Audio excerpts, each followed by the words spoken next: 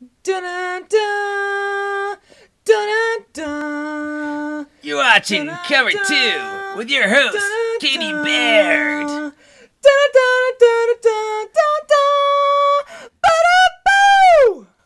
Welcome to this week's episode of Cover 2, where we cover you and your fantasy league.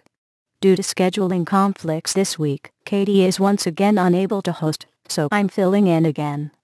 In case you forgot, my name is Crystal. Let's get started with this week's lame game of the week. Wait, what? There was no lame game this week. Amazing, that's impressive. Well then, let's go to the upset special of the week. The 1-4 Lucid Bogies defeated the 4-1 IC Ninjas, 88-67. Incredible. This matchup was decided by the quarterback battle. Lucid Bogies' Joe Flacco scored 27 points, while Matt Hasselbeck put up a big fat 0 for the Ninjas. The win snaps a 4-game losing streak for the Bogies, as they moved to 2-4. The Ninjas also had a 3-game winning streak broken up, and they fall to 4-2. Now let's move on to this week's highlighted score. The unstoppable Pats were back to their old selves this week. Thanks largely to the New England Patriots' beatdown of the Tennessee Titans, they scored a total of 189 points. That's right, 189. They passed their own record of 153 from Week 1 for the highest score this season. Tom Brady scored 51 points, and Randy Moss added another 30. In fact, Tom Brady almost beat the opponent on his own. The unlucky loser was Tension Echoes, whose entire team only scored 52, one more than Brady. Zeros from Steve Smith and Jason Hansen were not helpful. Now on to this week's other scores. The Zambonis continued their seesaw season with a 103-95 win over Penguins Rule. Matt Schaub led the Zambonis with 37 points, while the Packers DST had a great 27 points for the Penguins. Get Your Popcorn Ready came away with a very good win over the Orlanders, 128-109. This was Popcorn's 5th straight win, and the 4th straight loss for the Orlanders. Ray Rice led Popcorn with 30 points, but the biggest story came from the Orlanders. Once again, 3 players on the same team all scored 0. Jeremy Maclin, Nate Washington, and Rob Aronis all came up empty for the Orlanders.